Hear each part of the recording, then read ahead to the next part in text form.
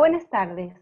Bienvenidos a este nuevo encuentro del ciclo de conferencias virtuales El Folclore de Santiago del Estero, organizado por el Centro Cultural del Bicentenario y el Museo Histórico Provincial Orestes Di Lulo. Como es habitual, compartiremos con ustedes un segmento destinado a resaltar la música nativa santiagueña, como una de las expresiones más destacadas de su folclore. Hoy escucharemos la Yacuchiri, creación de Juan Carlos Carabajal y Elpidio Herrera, interpretada por el dúo Coplanar.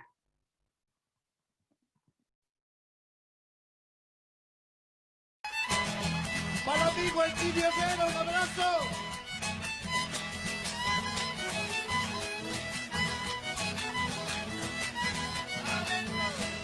Añorando a Yacuchiri, ya me voy por el camino, igual que el diablo bailando entre los remolinos.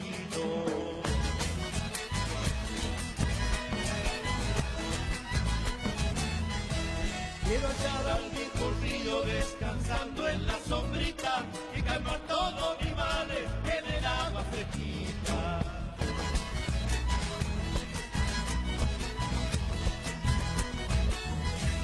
No sé más el desgraciado que su amor vive extrañando, de canto y que en la distancia se la ve está llorando. Lo mismo yo hasta mis genios las pené cuando me muera, y con la sacha guitarra búsqueme el chacaré.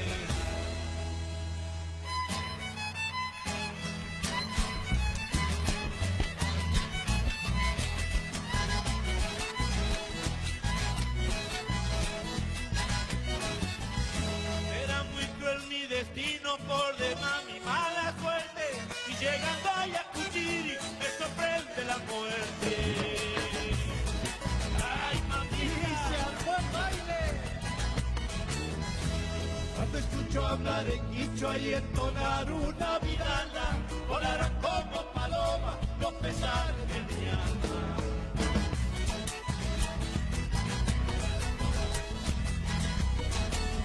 Andaré tras de una copa por los ranchos preguntando a aquel viejo vidalero que muriera cantar. Mi puesto hasta mis queridos cápeme cuando me muera, y con la sacha guitarra búsqueme chacaré.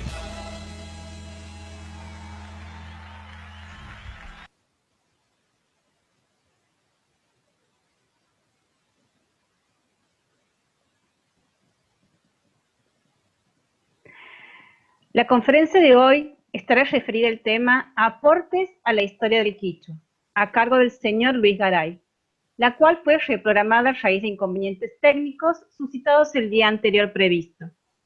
Luis Guillermo Garay es el actual director del Instituto de Lingüística, Folclore y Arqueología de la Facultad de Humanidades, Ciencias Sociales y de la Salud de la Universidad Nacional de Santiago del Estero, desde donde trabajó y trabaja en proyectos de investigación sobre el desarrollo histórico-social de la población de Santiago del Estero durante el periodo colonial. Les recordamos que las preguntas pueden realizarlas por el chat de aquí del Zoom y también en el Facebook, y las formularemos al disertante al finalizar su charla. Le cedemos entonces la palabra en este momento a Luis Guillermo. Bueno, muy buenas tardes a todos y a todas. Muchas gracias por invitarme a participar de esta charla. Bueno, tendré que acostumbrarme o irme acostumbrando a la virtualidad, no es muy fácil. Pero bueno, en esta oportunidad voy a tratar algunos aspectos de la lengua quichua referida a su historia en la provincia de Santiago del Estero.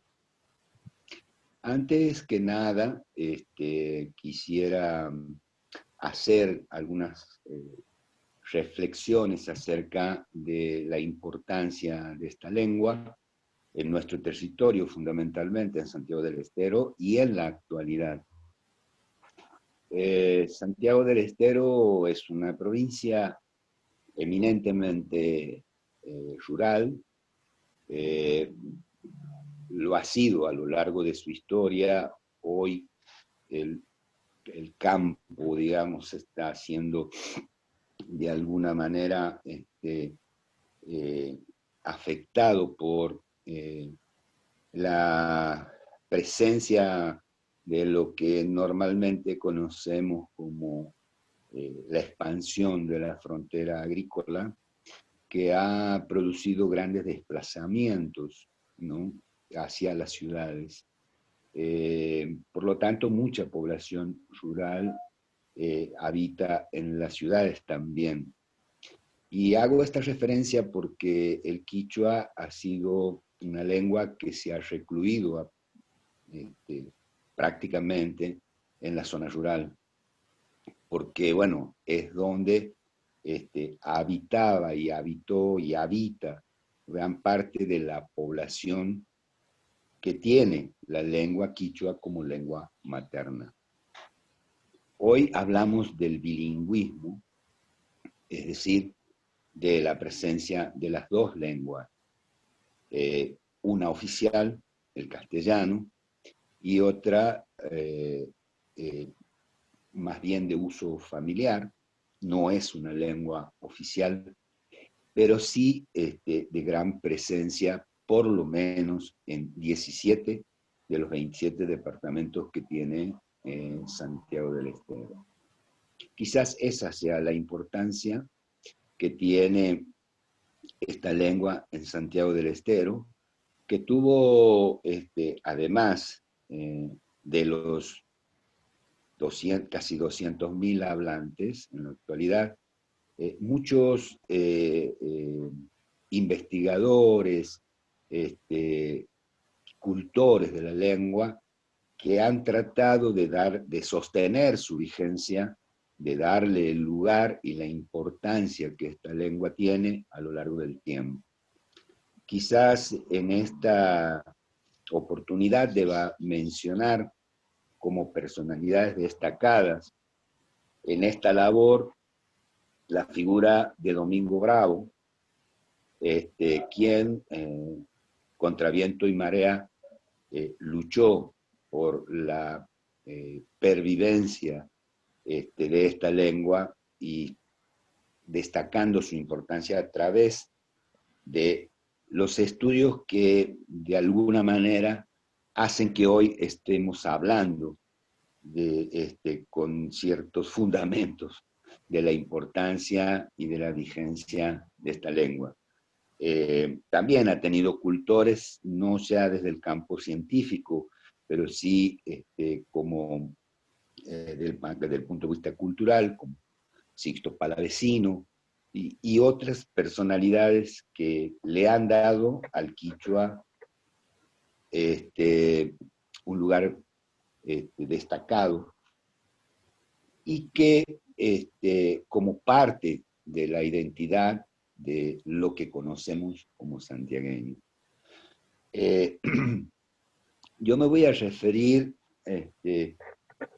en primer lugar a los debates que a lo largo del tiempo se han ido suscitando acerca de la presencia del quichua en Santiago del Estero. Un debate que no solamente tiene centro o centralidad en lo lingüístico, sino también en lo histórico, porque, bueno, la pregunta es, ¿por qué en Santiago del Estero prácticamente es la única provincia en la que todavía sobrevive con tanta fuerza esta lengua? Ha habido a lo largo del tiempo mucho debate en torno a este tema, entre la gente que se ha ocupado no solamente de la lingüística, sino también de la historia de esta lengua, ¿no? Hay diferentes posturas y posiciones e hipótesis acerca de la presencia de esta lengua y la importancia que tuvo a lo largo del tiempo en Santiago del Estero. Hay quienes afirman que el quichua es una lengua de origen incaico, que viene desde el norte del Perú, penetró con la expansión del imperio incaico en la parte noroeste de la Argentina. Sabemos que pocos años antes de la llegada de los españoles, habían ya, es decir, en el siglo XV, el imperio incaico invadió Salta, Jujuy, Catamarca, La Rioja, estableciendo o anexando esta parte del territorio como parte del imperio incaico. El Tahuantinsuyo, lo que formaría el Collasuyo, que llegaría prácticamente hasta el sur de Chile. El debate era en torno a si Santiago formó parte del imperio o no. Hay quienes sostienen que sí, autores como Canal Feijó, Oreste Dilulo, Emilio Christensen, se inclinaban por la hipótesis de que Santiago del Estero formaba parte del imperio incaico. Por eso es que también el quichua tuvo la presencia que tuvo en Santiago del Estero. Esto era rebatido por Domingo Bravo, cuya hipótesis era diametralmente opuesta a esta, en el sentido de que Santiago nunca formó parte del imperio incaico y que el quichua llegó junto con el español al territorio de Santiago del Estero, traído por los hablantes quichuas, digamos, que venían como esclavos o asistentes de los contingentes españoles a esta parte del territorio. Lo cierto es que, en realidad, poder reconstruir ese periodo a partir de los documentos que nos aporta la historia o la arqueología es una tarea ardua y difícil. Por eso siempre ha quedado prácticamente en el plano de las hipótesis. Nunca se ha podido confirmar fehacientemente una u otra postura. Lo cierto es que no hay antecedentes arqueológicos que evidencien la presencia del imperio incaico en Santiago del Estero como para asegurar de que Santiago haya formado parte del imperio. Lo que tampoco inhabilita la posibilidad de la presencia incaica en el territorio a través de diferentes tipos de contactos como el comercio, la guerra, que haya hecho conocer con anterioridad a la presencia de lo español de la lengua quichua. Por otro lado, nosotros tendríamos que tener en cuenta los 12.000 años anteriores a la presencia española, como para poder considerar en ese periodo tal posibilidad. Lo cierto es que son muy pocas las evidencias que nos permitan asegurar la presencia del quichua o la participación activa de Santiago del Estero como parte del imperio incaico, lo que no inhabilita la posibilidad de que la lengua haya sido conocida con anterioridad a la presencia del español. Lo que sí es cierto es que a partir de la presencia del español, el quichua cobra una fundamental importancia como una lengua de evangelización en toda esta parte del territorio, fundamentalmente en el noroeste, y en Santiago del Estero, que fue el centro de la conquista y la colonización durante buena parte de la historia colonial de Santiago del Estero. Lo cierto es que esto siempre, esta hipótesis acerca del origen de la presencia del quichua en Santiago del Estero, ha quedado en el plano de lo hipotético, dividiendo las opiniones en torno a la presencia de esta lengua y fundamentalmente así en torno a la pregunta de ¿Santiago formó parte del Imperio Incaico o no? Sabemos con seguridad que Jujuy, Salta, Catamarca, La Rioja, San Luis, San Juan y Mendoza sí formaron parte, dada la abundante evidencia arqueológica que determina la presencia del incario en esa parte del país. No sucede esto en Santiago del Estero. Por otro lado, hay algunos elementos que aportan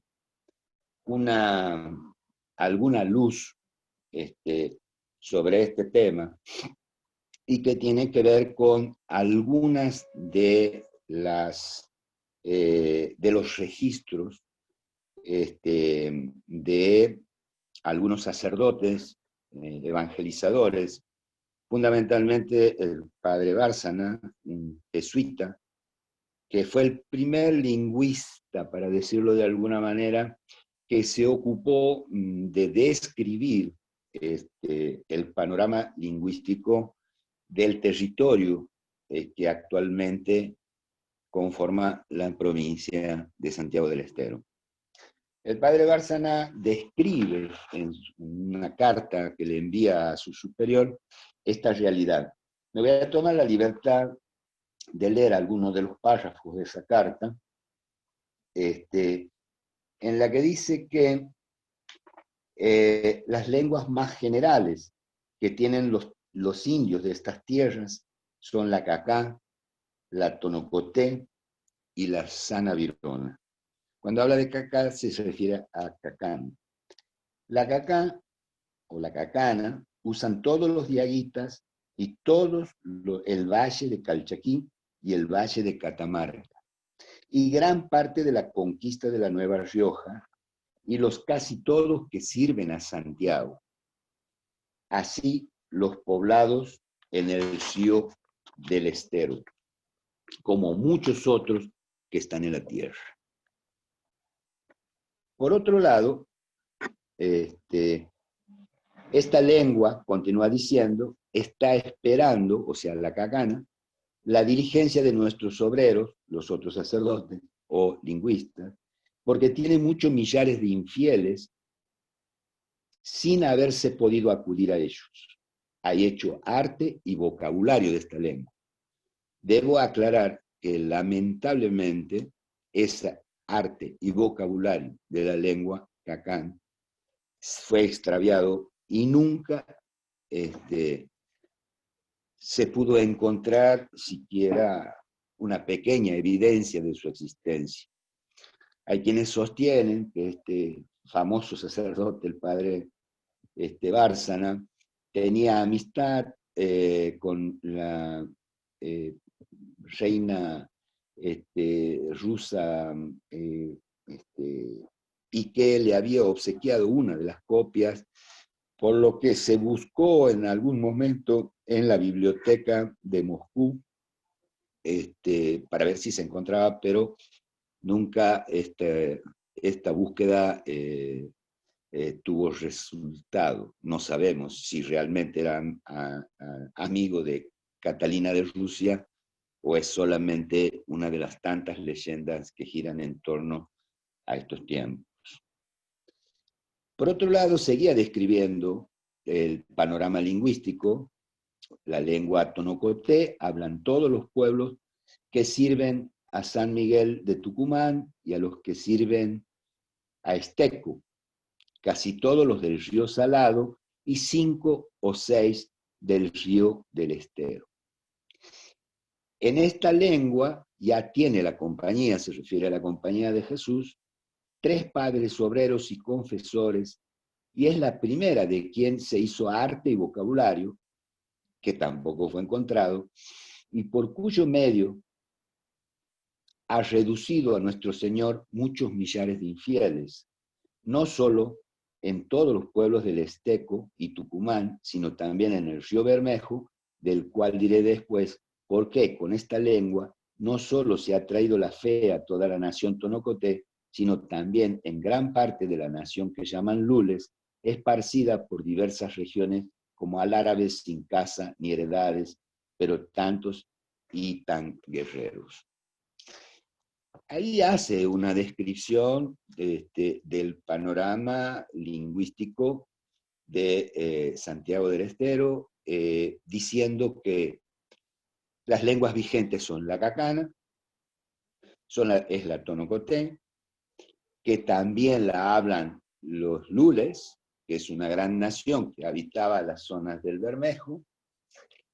En general está describiendo lo que después también se va a conocer como el Gran Chaco Coalamba y buena parte de Santiago del Estero.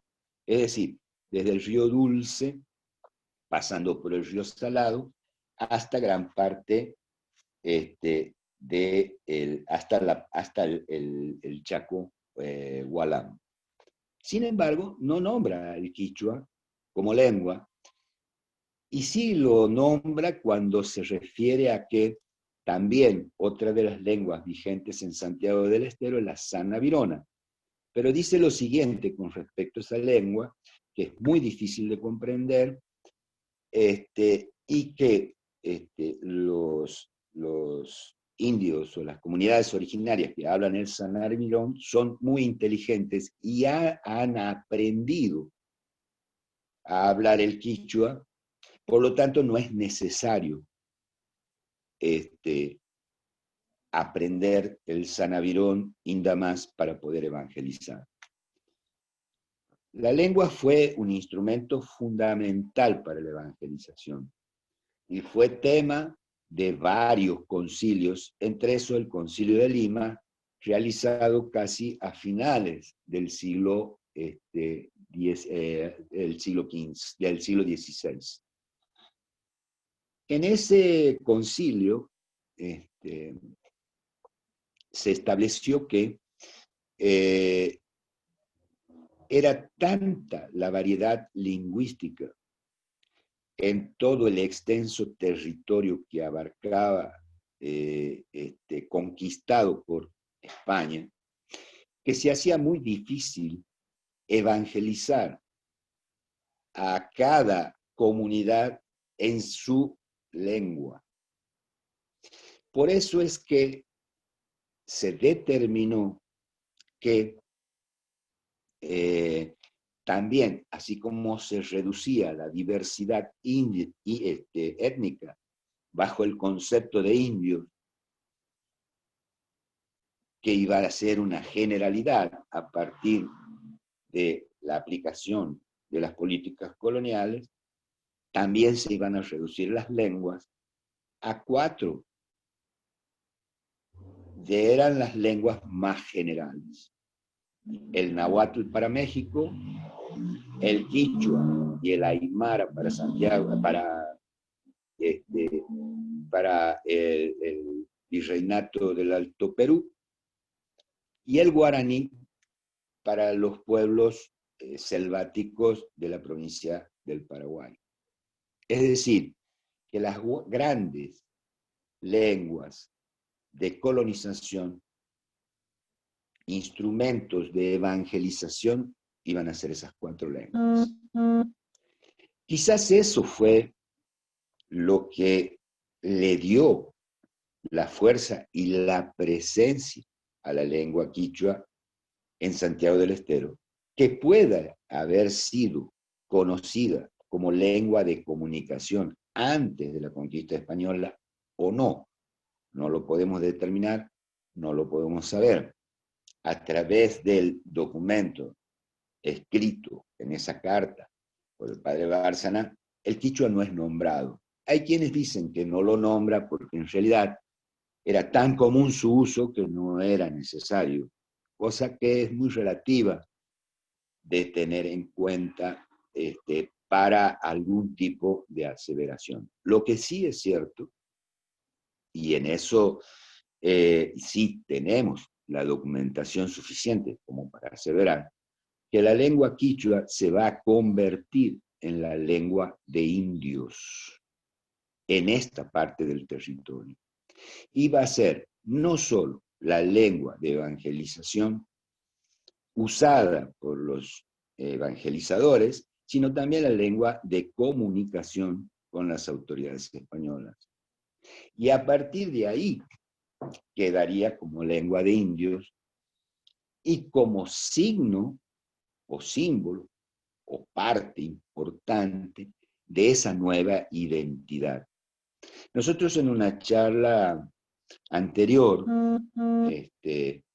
hablamos acerca de las políticas de colonización a las que llamamos procesos de indianización, en las que hablábamos de esta palabra que se usa mucho y que se usó mucho en aquella época, la reducción. La reducción hablaba justamente de eso, de reducir la diversidad étnica, lingüística y cultural a una sola identidad, la India. Fue un proceso político construido desde las políticas coloniales en los que la lengua fue un elemento fundamental. En esta parte del territorio, es decir, en lo que corresponde a Santiago del Estero, desde esos momentos el quichua fue lengua de indios. Y en la historia quedó plasmada de esa forma. La utilización del quichua, por supuesto, no fue inmediata, fue progresiva, porque, bueno, no solamente tenían que hablar quichua o aprender a hablar quichua los indios que hablaban otras lenguas, sino también los españoles. Para eso se establecieron escuelas especiales, fundamentalmente en el Virreinato del Alto Perú, a donde los sacerdotes, por obligación y bajo pena de excomunión, debían aprenderla y solamente evangelizar en esa lengua. Todos los evangelios o todas las escrituras sagradas, digamos, entre esos los evangelios, estaban traducidos al quichua. Nosotros todavía tenemos en nuestro poder un manuscrito traducido al quichua de la Sagrada Escritura que dice: Evangelio para niños, disminuidos e indios. Es decir, los ponían a todos en el mismo nivel, especialmente que traducía algunas de las partes de las escrituras y era utilizado como medio de evangelización.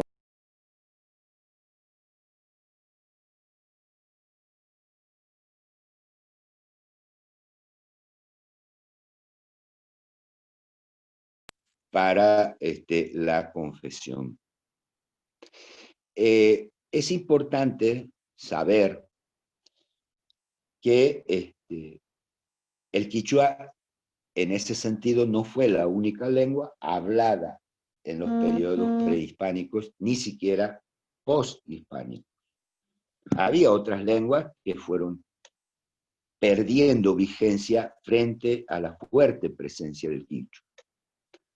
Esas lenguas son, algunas estaban contempladas, digamos, en esta carta descrita en la que el padre Bárcena describía este panorama lingüístico, que son, bueno, la Sanavirona, Indamás, tonocoté, que a algunos se conoce o con posterioridad se conoció a través de un escrito, de un trabajo también de un sacerdote, el padre Machoni, como Lulet Tonocoté.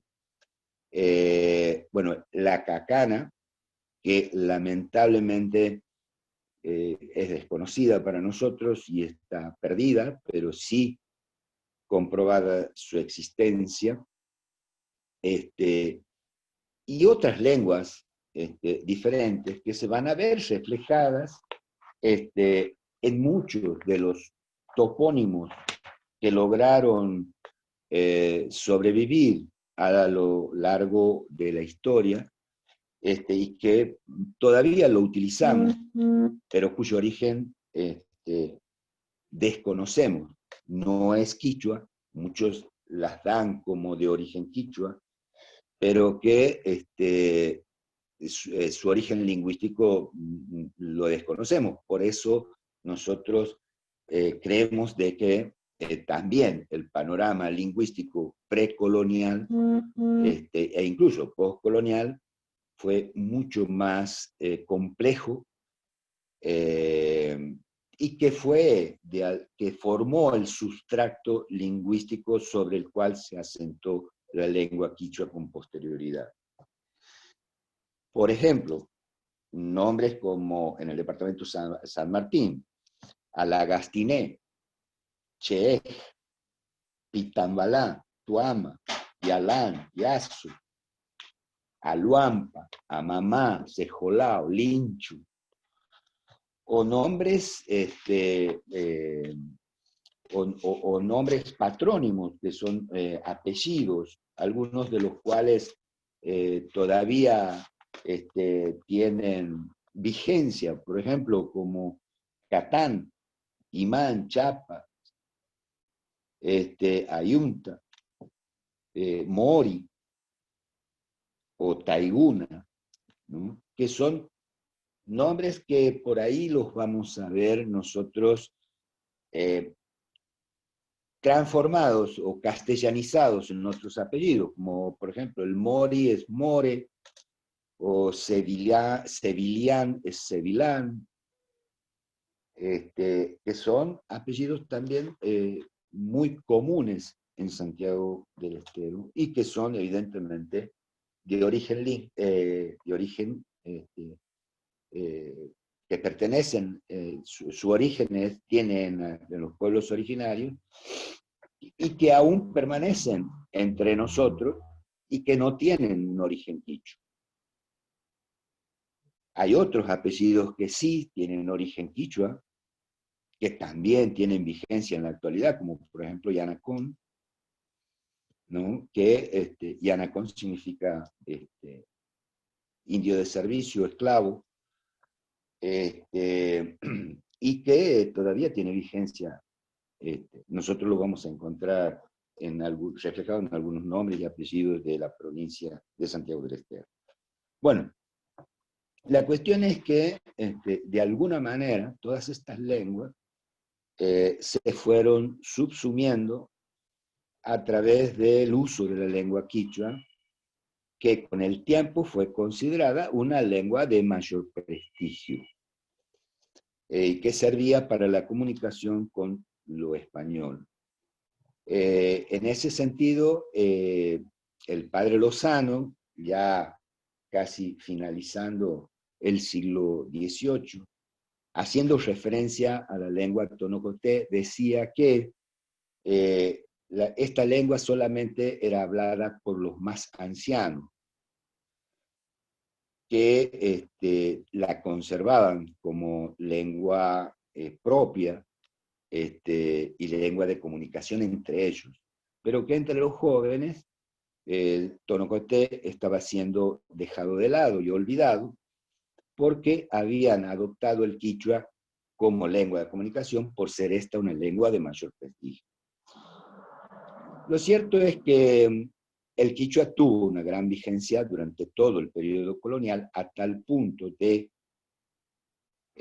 como decía yo en un principio, ser una evidencia de identidad muy fuerte de lo indio. esta lengua ya también a finalizar casi el siglo XVIII es prohibida junto con las reformas borbónicas, ya no, porque se había extendido tanto hasta que incluso la población española blanca, considerada blanca, la tenía más en cuenta que el propio español. Y prácticamente desde esa época hasta 1983 quedó como prohibida, ¿no? O sea, una lengua cuyo uso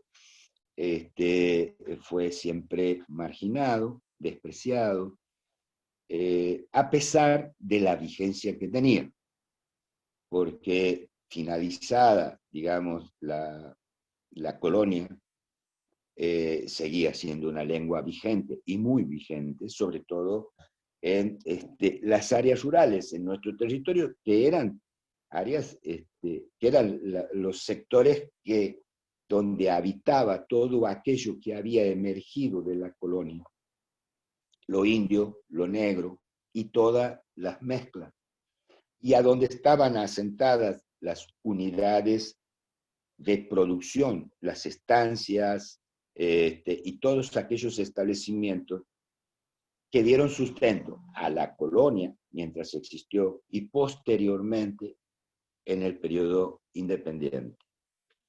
Por eso lo rural fue el refugio de esta lengua, porque su población estaba asentada en esos lugares.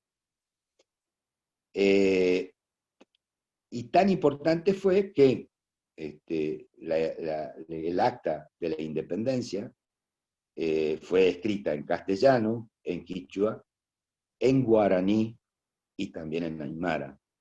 Es decir, la población indígena en esos momentos que practicaba el uso de esa lengua fue muy importante y muy significativa, al punto de tener que oficialmente traducir la Declaración de la Independencia, un documento basal de nuestra historia, a estos idiomas. Sin embargo, como era, y lo dije en algún momento, símbolo de la indianidad, fue una lengua marginada, una lengua despreciada, considerada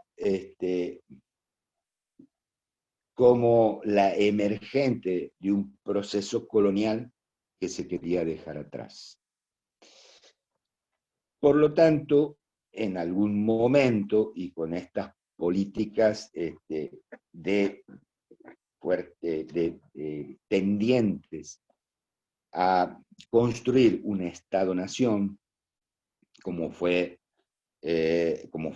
las que tendieron a construir la Argentina, continuaron manteniendo esa prohibición, porque la idea era construir una nación que dejara atrás el pasado colonial y todo aquello que emergía de ese pasado, que con una referencia europea y básicamente con la idea del progreso, con la idea de construir una Argentina que estuviera a la altura de los países de Europa, debía dejar de lado todo esto. Por lo tanto, prohibir esta lengua, que era una de las evidencias emergentes de ese proceso que se quería dejar atrás. Así como se implementaron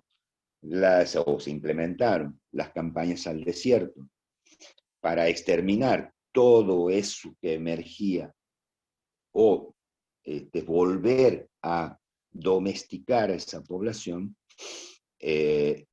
también se instrumentó la educación pública, de la cual fue desterrada abiertamente la lengua quichua como símbolo de atraso.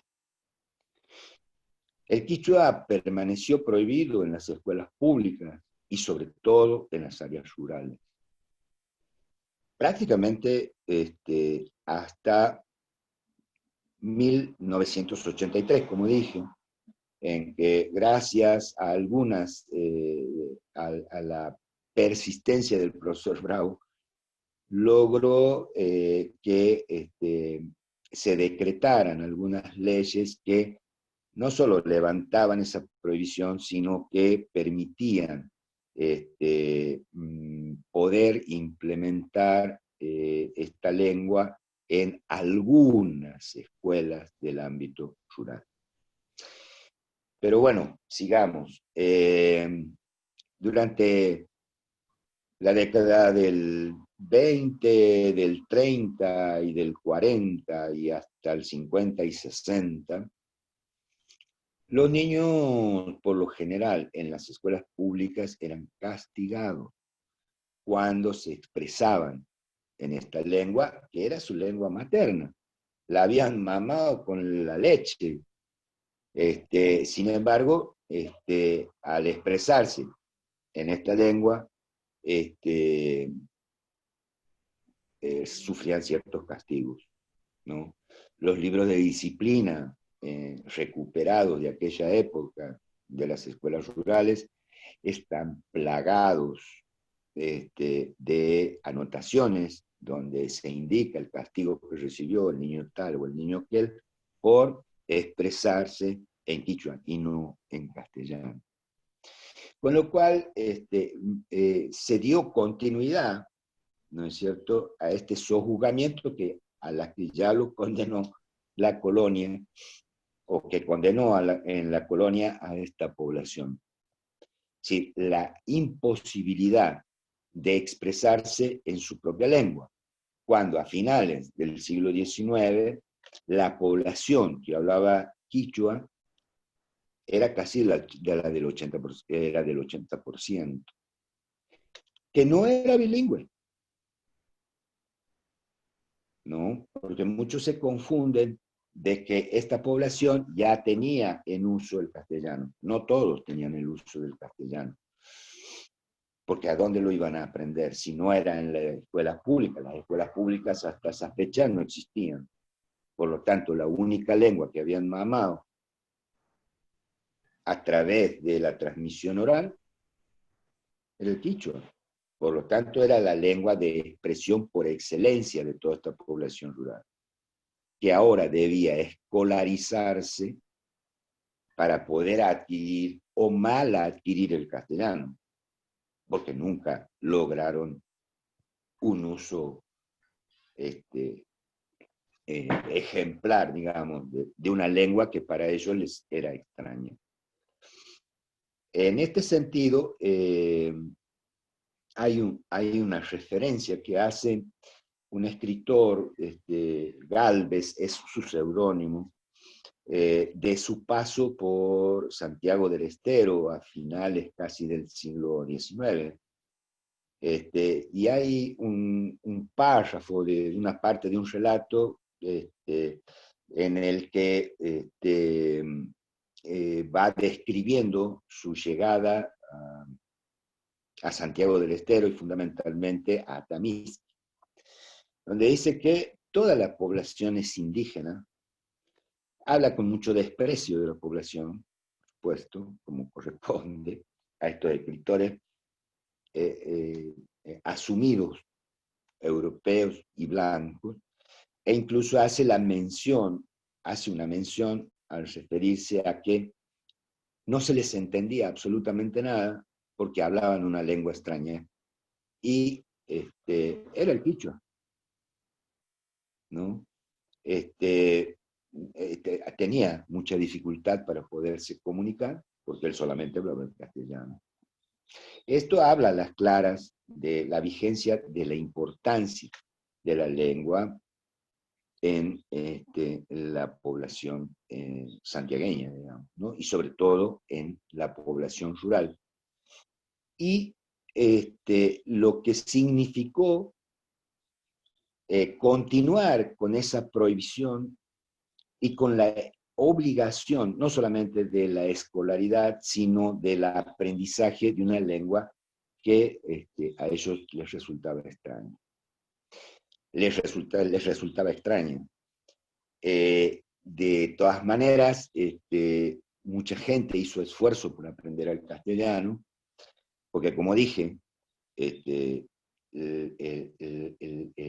la lengua, el uso de la lengua era evidencia de su origen indio y por lo tanto sufrían discriminación y marginación. Por eso le prohibieron a sus hijos aprender el quichua y los obligaron a ir a la escuela y a hablar el castellano, ¿no? Con lo cual se pensaba que la continuidad de esta lengua tenía los días contados. Sin embargo, sí sufrió una gran disminución, se cortó en gran medida la transmisión de padres a hijos, la transmisión oral, pero el hecho de que permaneciera como lengua domiciliaria, como lengua hogareña de comunicación, sobre todo en aquellas familias que tenían como casi única lengua el quichua, hizo que los niños escucharan esa lengua y su curiosidad les permitió recuperarla y usarla. Por supuesto, fuera de los ámbitos escolares y quizás fuera del ámbito hogareño, donde el uso de esta lengua estaba totalmente prohibido. Esto es lo que dejó la colonia como una marca de vergüenza para el santiagueño, para el quichuista. Sin embargo, en la intimidad, la población hablante pudo vencer la resistencia a la desaparición de esta lengua y que hoy sea una lengua vigente y muy vigente en nuestro territorio. Hay algunos estudiosos, científicos, sacerdotes, y quizás el primero que recuperó esta lengua fue el padre Miguel Ángel Mossi, un sacerdote que se ocupó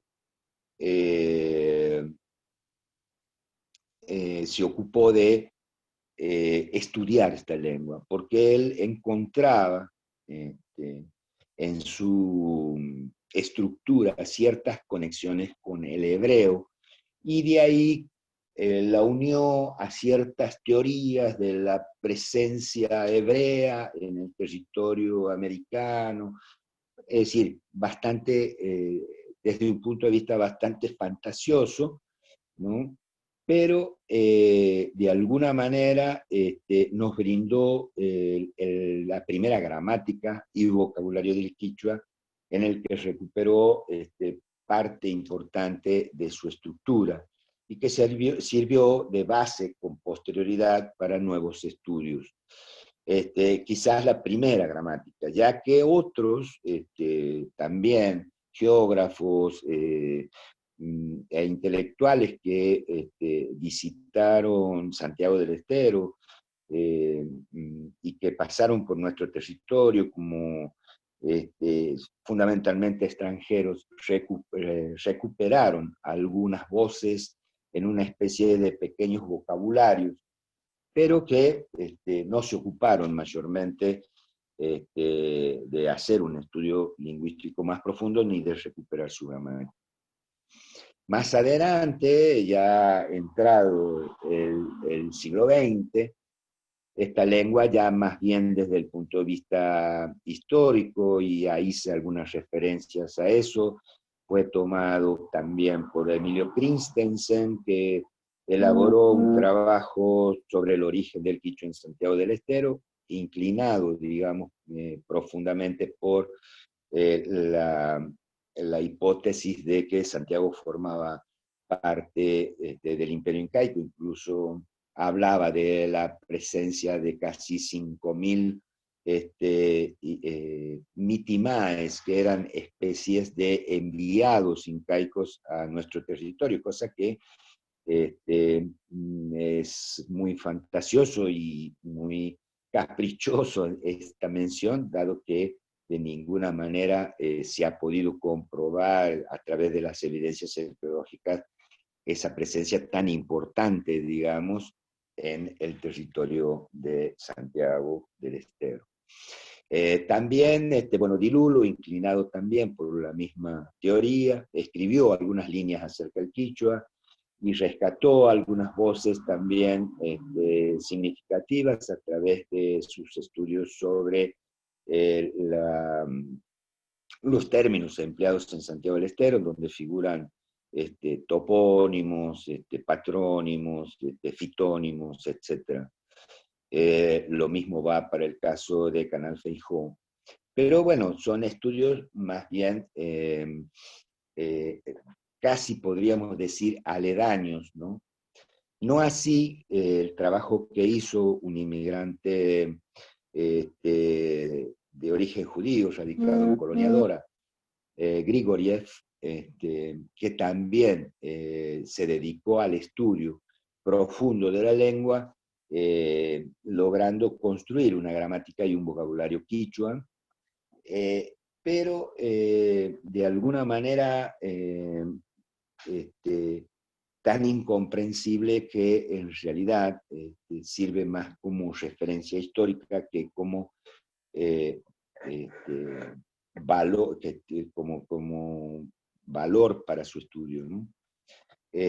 Quien retoma esos estudios ya casi a mediados del siglo XIX, como decía en algún principio, era el profesor Domingo Bravo, quien escribe su primer trabajo, un trabajo que va a ser premiado por la Universidad Nacional de Tucumán, que se llama El Quichua Santiago del Este, el Quichua santiagueño, reducto idiomático, ¿no? Que es un libro que recupera, a su manera, por supuesto, la gramática y le da al quichua una signografía propia. Porque, bueno, el quichua es una lengua que no se escribe, concepción que hasta ahora siguen sosteniendo muchos quichuistas, ¿no? El quichua es una lengua ágrafa, por lo tanto no tenía forma de escritura ni signografía. Bravo es quien dota al quichua santiagueño, al que distingue del resto, de su signografía. Y a partir de ahí, el quichua de alguna manera empieza a escribirse, pero fundamentalmente lo que adquiere el quichua a partir del tesón que le aplica al estudio del quichua hasta sus últimos días, adquiere vigencia y visibilidad. Lo que hace que se vayan cayendo algunas barreras en torno a esta lengua, muchas veces y lamentablemente más desde el punto cultural que desde el punto científico y desde el punto educativo. Porque debo decir, y con mucho dolor, que aún existe el concepto, y fundamentalmente en aquellos sectores encargados de las políticas educativas, de que el quichua es una lengua que atrasa. Por lo tanto, el empeño puesto en la posibilidad de desarrollar políticas interculturales que pongan en vigencia los derechos lingüísticos a los que tienen los hablantes de la lengua quichua, sean todavía una utopía en nuestra provincia. Entendiendo que no solamente la importancia de la lengua está en su vigencia, en su visibilidad y en el habla, sino que a través de la negación de estos derechos, nosotros estamos negando muchos otros derechos, como es la posibilidad de un acceso igualitario a la educación, a educarse en su propia lengua, y otros derechos que fueron conculcados, como el derecho al trabajo, el derecho a la igualdad ante la ley y ante todo. Hoy sigue siendo considerada el quichua una lengua de indios. Con posterioridad, bueno, desaparecido el profesor Bravo, que le dio, como decía, un gran impulso a esta lengua, también surgieron otras corrientes dentro que marcaban algunas diferencias con las posturas del profesor Bravo y sobre las que se instrumentaron. Bueno, el profesor Bravo no solamente tenía gran documentación,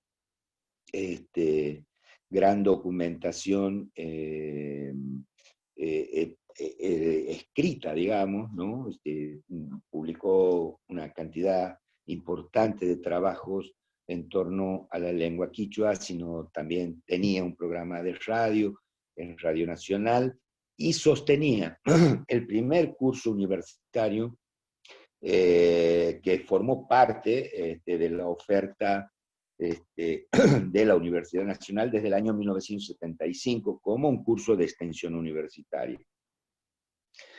Eso abrió un camino que dejó una huella bastante profunda dentro de la universidad y lo que dio pie a quienes lo seguíamos en ese camino a instrumentar lo que hoy se conoce como la diplomatura en lengua quichua, que se dicta desde el año 2006 en Santiago del Estero, que es también, no forma parte de la currícula universitaria, pero sí es una oferta que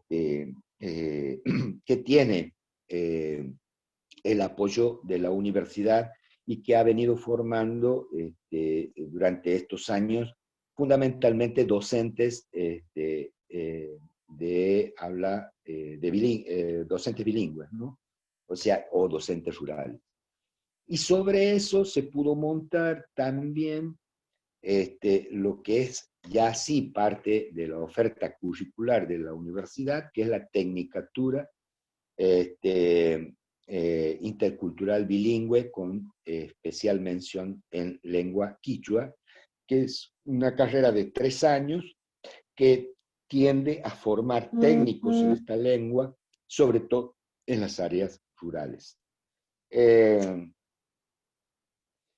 Bueno, esto conforma un panorama que es mucho más profundo, más complejo, más amplio, que yo siempre, o nosotros siempre que hemos estado de una u otra manera detrás de esta cuestión, nos parece que es fundamental para Santiago del Estero. Pese a nuestro esfuerzo, aún hoy no hemos logrado que la lengua quichua sea considerada una lengua oficial de Santiago del Estero, y reafirmando desde la Constitución la existencia del bilingüismo. Lo que crea una deuda muy grande con toda aquella población que tiene esta lengua como lengua materna, como lengua de expresión.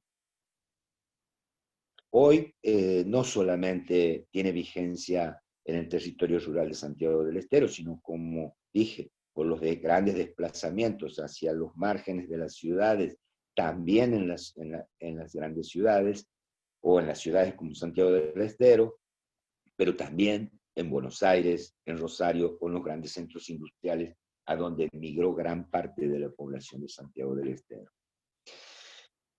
creo que es una deuda que tiene que ver, es una deuda social, que tiene que ver necesariamente con el respeto a los derechos lingüísticos como derechos humanos. Nosotros sabemos que quien tiene el poder de nombrar, decide, describe un futuro y cuenta la historia. Quien ha sido negado en su palabra y prohibido, queda excluido, queda al margen, no solamente de la historia, sino de procesos económicos, políticos y sociales. Y con esto, bueno, con este panorama muy general, voy cerrando la charla y la dejo abierta a las preguntas que deseen hacer. Muchísimas gracias. Ahora, antes de empezar con las preguntas, quería agradecer los saludos de todas las personas que están escuchándonos. Tenemos 21 conectados en el Facebook. Hay gente que está de Aguilera, Córdoba, La Ceiba, Honduras, Catamarca, Chacabuco, de Breapozo, de Merlo, provincia de Buenos Aires, de Villa La Angostura, de Santa María, Catamarca. Tenemos también gente de Jujuy que nos está escuchando, de Tierra Santa, Villa Curarrochero, Córdoba, de Santa Fe, de Termas de Río Hondo, de nuestra querida ciudad capital, Santiago del Estero. Les recordamos a todos los oyentes que por favor, si quieren hacerle alguna pregunta, que lo hagan por el chat del Zoom o en los comentarios que tenemos en el Facebook. Vamos a empezar con Claudia Arias, nos dice que mis papás son quichua hablantes, igual que yo y mi esposo. Ellos fueron alumnos del doctor Domingo Bravo y Arturo, y colaboraron en la investigación sobre la lengua quichua. Arturo nos hace una pregunta: ¿cómo llegan los mapuches a utilizar el quichua como parte del vocabulario que ellos utilizaban?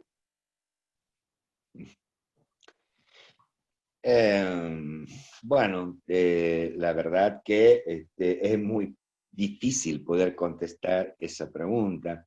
Sabemos que hay muchos términos del mapuzungún que tienen origen quichua, ¿no? No sabemos si son usados por el quichua o los mapuches utilizaron el quichua para denominarlo. Quizás pueda hablar eso de algunos contactos, ¿no? Pero bueno, aseverarlo es prácticamente imposible. Por lo menos... Hola. Hola, ¿puedo hablarte? Sí, sí. Bueno, yo te hago esa pregunta porque justamente soy descendiente de mapuches y también tengo un diccionario en la cual es del mapuche al español, y en este diccionario tiene muchas palabras quechuas, ¿no? Que inclusive el autor se encarga de resaltar, que provienen del quechua. Por eso yo digo, ¿cómo es que dos grupos, dos etnias diferentes, se hayan unido, ¿no? En la forma de expresión, el vocabulario?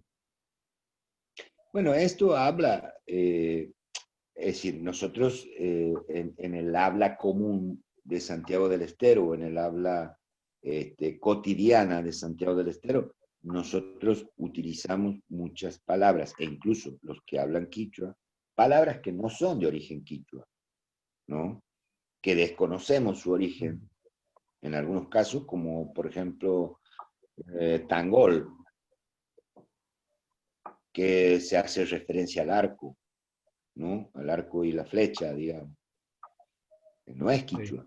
Sin embargo, en los ámbitos rurales es utilizada con frecuencia, digamos. Y quizás esto hable de ese sustrato lingüístico muy anterior a la conquista, que nos resulta tan complicado de describir, y que tiene que ver con las conexiones, las relaciones, los contactos, a través de guerra, a través de comercio, a través de otras instancias, digamos, que han hecho que este territorio, nosotros estamos de alguna manera acostumbrados a ver el territorio con los ojos de hoy, con el mapa de hoy, y a distinguir las regiones de acuerdo a lo que es hoy. Pero no sabemos cómo era el territorio o cómo se conformaba social, cultural, lingüísticamente el territorio antes de la conquista española. Son esos los datos y las informaciones que todavía nos faltan y que revelan, Bueno, no podrían perdón. dar o revelar muchas de estas cuestiones que hoy para nosotros de alguna manera son incógnitas. No sé si te contesto la pregunta, pero No, está bien, o sea, porque es algo lógico, uno se pone a revisar un poco, a buscar en los libros, cosas, y bueno, se va encontrando con cosas que por ahí en la escuela no te enseñan, ¿no? Entonces, la pregunta siguiente que hay ahí en el chat, que yo puse de si el quechua para la Constitución Nacional, cuando se hace, se la traduce al quechua, como los presidentes, la misma la iglesia, distintos medios del Estado no lo utilizan hoy en día. claro, es que la Constitución Nacional no está traducida al quichua. Lo que está traducido al quichua es el Acta de la Independencia, Ah, 1816. perdón, entonces yo escuché mal, por eso. Sí, sí, sí. No, no, la Constitución no. Ya en esos momentos se tenía previsto dejar todo esto que tuviese olor, digamos, a la colonia y al periodo colonial de lado, ¿no? Todo aquello que significara lo que la Argentina de ahí en más va a despreciar, desaparece del escenario público. Bueno, no Y molesto cuando no más. es exterminado, es invisibilizado. Bueno, Por eso se Bien, prohíbe la venta de las escuelas. muchísimas gracias, Arturo. Ahora seguimos, Luis, con que tenemos muchas preguntas. Aquí Maru nos dice, ¿qué distinción hacía Bravo del quichua santiagueño con respecto al resto? Bueno, él, al determinar su origen, digamos, como una lengua que arriba con el español, la considera como una variedad diferente del resto, ¿no? Y la caracteriza también a través de su signografía. Según él, el quichua santiagueño carece de todos aquellos, de muchos de los términos que posee el quichua cusqueño, digamos, ¿no? Porque, bueno, es utilizado con un fin muy particular, que es el de la evangelización. Entonces, va a formar una variedad dialectal dentro del conjunto de diferentes quichuas que se van a hablar en todo el territorio de Latinoamérica. Esa prácticamente, o sea, esa distinción la convierte, digamos, a partir de la postura de Bravo, la diferencia del resto, ¿no? Que tiene diferencias y variedades dialectales, tanto en la pronunciación como en la existencia, el uso de algunos fonemas, como también en la cuestión del uso de algunos términos, ¿no? Que no tienen o que tienen otras variedades dialectales, sino el quichua santiagueño. Bien, seguimos. Adriana Abra, muy interesante presentación. ¿Existen datos sobre el número de quichua hablantes en la provincia? Y desde el área de educación, ¿existe algún proyecto de recuperación de la identidad de esas comunidades? Bueno, lamentablemente no existe un censo lingüístico. es muy aproximada la cantidad de hablantes, el número de hablantes. Se calcula entre 150, 180 mil, 200 mil, pero a ojo de buen cubero, en realidad. No menos, quizás fueran más. Y eso es parte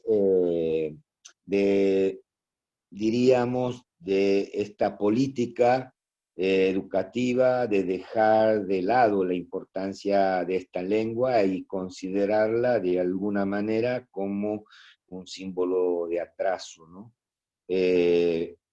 Hay emprendimientos educativos a través de la Universidad Nacional, pero son muy incipientes. Desde la educación pública, algunos que han sido tomados a partir de la reforma educativa y de la aplicación de los programas de educación intercultural bilingüe, pero con muy poca fuerza, con muy poco valor. Básicamente eso es más empujado por los interesados que desde los programas educativos. Eso sigue siendo en Santiago del Estero, y a pesar de la importancia que tiene, una gran deuda. Deuda, como digo, social, fundamentalmente, para con esa Guido población. Roldán desde el Facebook, perdón, Guido Roldán desde el Facebook nos dice aquí, docente, aún quien habla quichua no se considera persona plena, culta, y determinan a sus hijos a no conocer la quichua tanto que si los hijos están presentes no la hablan. Así comentaban alumnos salavineros hace 2 años atrás. Muy buena exposición, Luis, muchísimas gracias. María Liliana, muy interesante, saludos desde Buenos Aires. Ariel Roldán, una de las grandes discusiones del quichua santiagueño fue la signografía. Hoy, al parecer, esta discusión volvió a salir a la luz. Aparte de Bravo, se está sugiriendo un panalfabeto. ¿Qué opinión tiene usted al respecto? Bueno, yo creo que en realidad la signografía no representa un gran obstáculo ni problema, fundamentalmente al ser una lengua que ha sido ágrafa. Para mí la expresión en una u otra signografía no hace perder sustancia o la esencia de la lengua.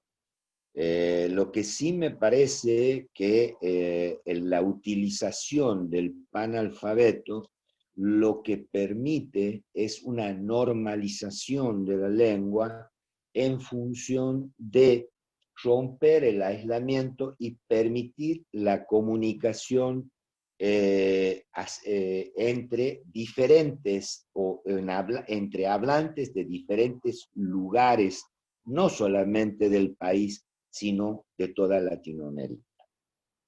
Así como el castellano tiene una sola signografía y tiene una sola gramática, que respeta, digamos, las variedades dialectales de los distintos lugares a donde se habla el castellano, también debería hacerlo con el quichua.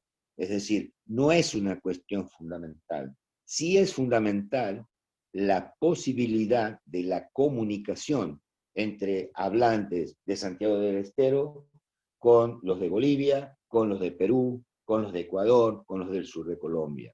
Lo que hace que el universo de hablantes se agrande y no se reduzca, ¿no?, a la localía, a la localidad. O sea, se considera que en Latinoamérica hay aproximadamente unos 10 o 12 millones de hablantes de esta lengua. Un número de significativa importancia. Entonces, lo que se busca al utilizar el panalfabeto es esa posible comunicación, en el sentido de que, bueno, cuando cobra peso ¿no es cierto? No solamente en números, sino se expande, adquiere mayor importancia que estar recluido, ¿no es cierto?, o aislado del resto del movimiento lingüístico. Me parece que esa es mi opinión con respecto a este tema, que es un tema que se viene discutiendo hace largo tiempo ya, pero me parece que es un frente a la gran tarea que hay que hacer, no solamente desde el punto de vista lingüístico, sino de todo el desarrollo educativo y de la lucha política por posicionar al quichua en el lugar de importancia que tiene, es un tema que me parece totalmente secundario. Seguimos, Luis. Aquí nos dice Guido Roldán, ¿alguna consideración para don Jorge Washington Ábalos y su obra Junco? Bueno, es también un docente rural. Me parece que es un aporte importante en tanto y en cuanto permite conocer lo que era la escuela en la ruralidad, y fundamentalmente a través de sus relatos poder no solamente conocer la realidad de los niños rurales en las escuelas, en las pobres escuelas rurales, sino también la importancia de esta lengua en su vida cotidiana.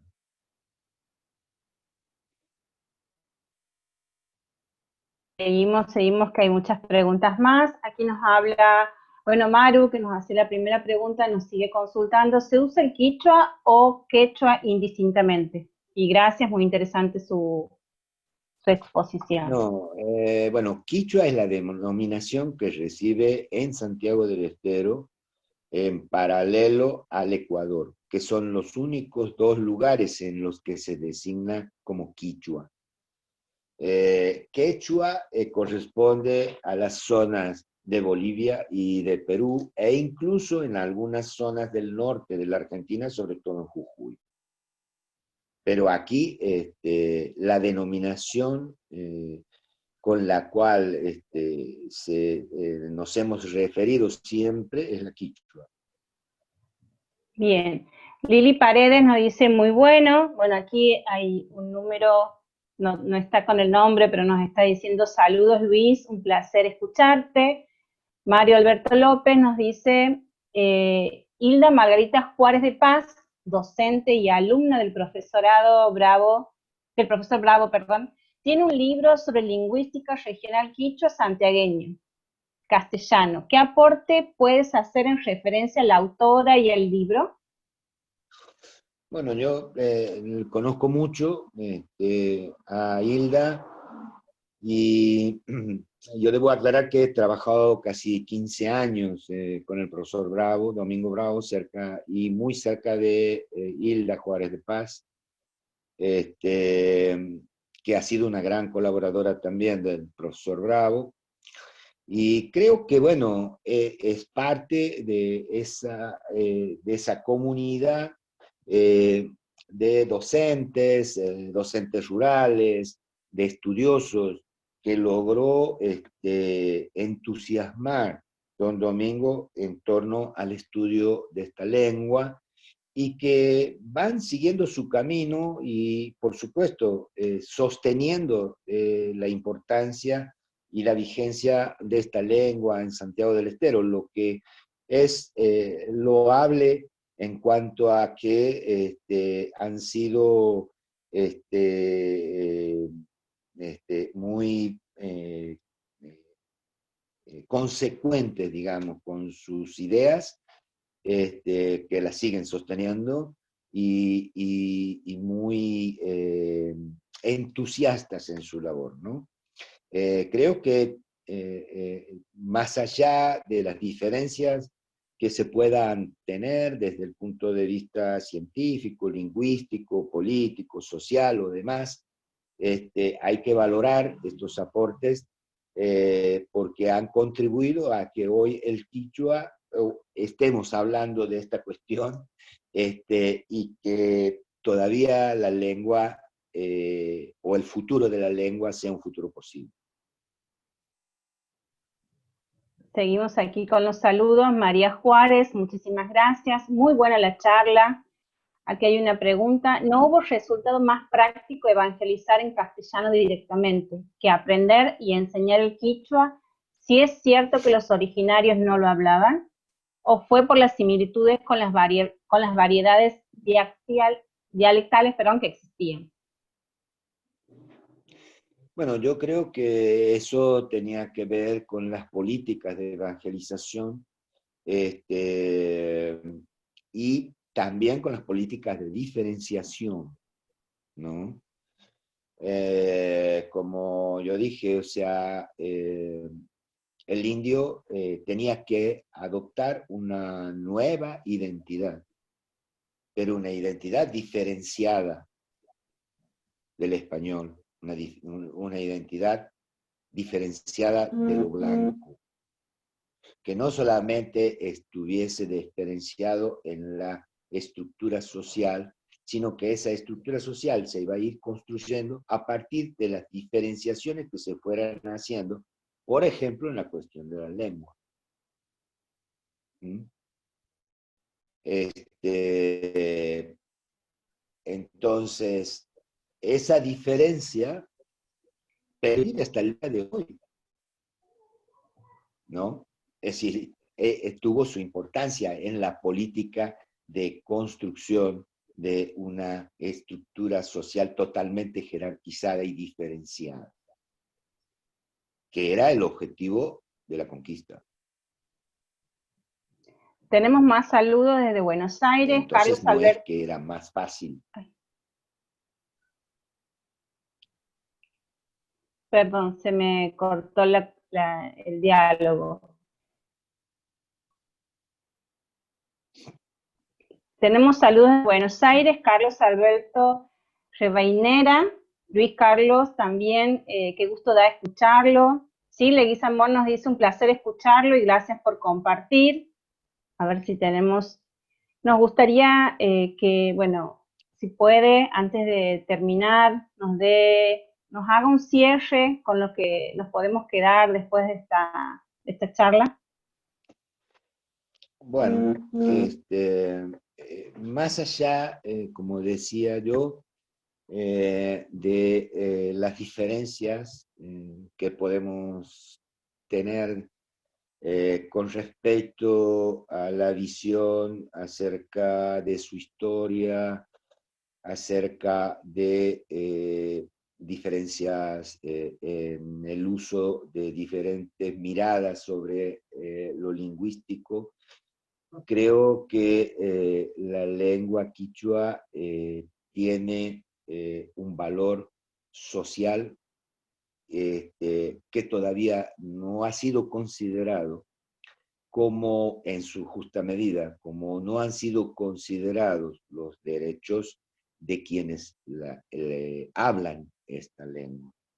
Creo que la importancia de oficializar esta lengua, el valor que tiene es que abre las puertas al acceso a derechos hasta hoy conculcados, desde mucho tiempo atrás, y que eso va a permitir borrar esa marca que ha perseguido a aquellos que hablan esta lengua durante mucho largo tiempo y que los ha hecho en alguna oportunidad sentir vergüenza de poseerla, cuando en realidad, más que vergüenza, deberían sentir un profundo orgullo. Creo que hoy se ha avanzado en ese camino, pero todavía nos falta mucho camino por recorrer. Muchísimas gracias. Bueno, gracias a ustedes. Antes de cerrar, Liliana Díaz desde el Facebook nos está diciendo que gracias por compartir tus conocimientos y por lo que sos, te admiro y respeto, un placer escucharte. Saludos desde Córdoba. Así después de leer todos los mensajes y las preguntas, agradecemos al señor Garay por su charla y a todos ustedes por habernos acompañado. Y los invitamos a compartir una nueva charla de este ciclo el próximo jueves 8 de octubre en su habitual horario de 18:30 con la disertación Sabores de Santiago, a cargo de la licenciada Tere Castro. Muy buenas tardes. Buenas tardes.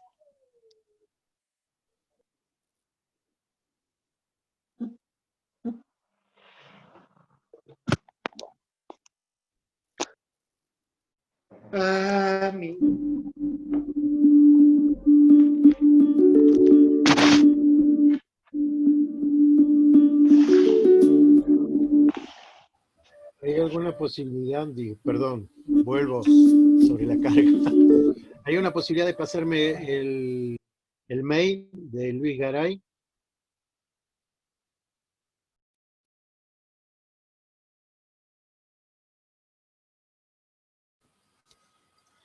Hola. Hola.